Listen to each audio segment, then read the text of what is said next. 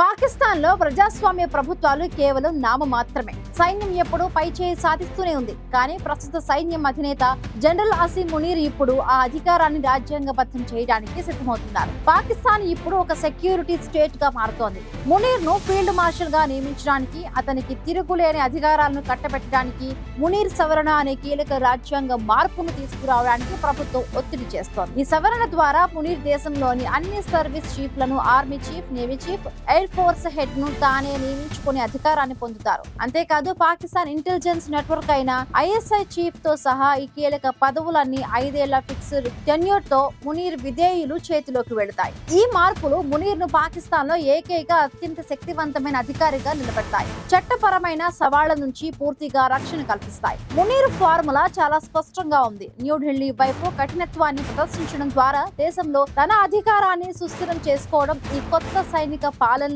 మునీర్ మరింత హాకిష్ గా మారే అవకాశం ఉంది.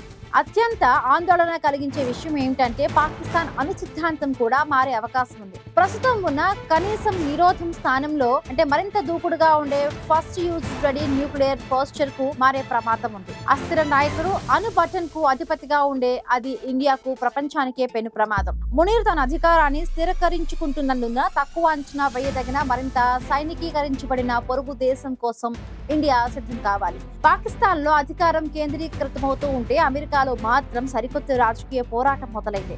అమెరికా ఆర్థిక రాజధాని $119 బిలియన్ బడ్జెట్ ను కలిగి ఉన్న న్యూయార్క్ నగరానికి మేయర్ గా జోహ్రాన్ మామ్దాని ఎన్నికై చరిత్ర సృష్టించారు. భారతీయ సంతతికి చెందిన ఈ డెమోక్రాట్ సోషలిస్ట్ నాయకుడు అమెరికన్ క్యాపిటలిజం హృదయాన్ని పాలించబోతున్నారు. మామ్దాని విజయం పట్ల అధ్యక్షుడు డొనాల్డ్ ట్రంప్ అత్యంత ఆగ్రహంతో ఉన్నారు. ట్రంప్ ఏకంగా మామ్దానిని కమ్యూనిస్టుగా అభివర్ణించారు. మన దేశంలోని ఏ పదవికి సోషలిస్టు ఎన్నిక కాకూడదని అనుకున్నారు. కానీ మనం సోషలిజాన్ని దాటి కమ్యూనిస్ట్ ను పెట్టుకున్నామంటూ ట్రంప్ తీవ్రంగా విమర్శించారు. ట్రంప్ కు న్యూయార్క్ కేవలం ఒక నగరం కాదు, అది తన అధికారం, సంపద, వారసత్వానికి చిహ్నం. అందుకే ఈ విజయం ఆయనకు వ్యక్తిగత ఓటమి.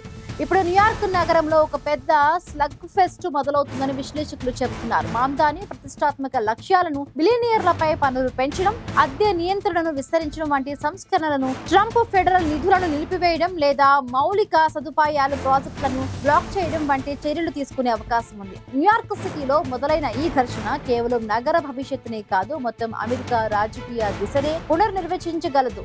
ఒకవైపు సైనిక నియంతృత్వం వైపు వెళుతున్న పాకిస్తాన్, మరొక వైపు సోషలిజం వర్సెస్ క్యాపిటలిజం పోరాటంతో అట్టడుగుతున్న అమెరికా. ప్రపంచం ఇప్పుడు కీలకమైన రాజకీయ పరిణామాలకు వేదికగా మారింది.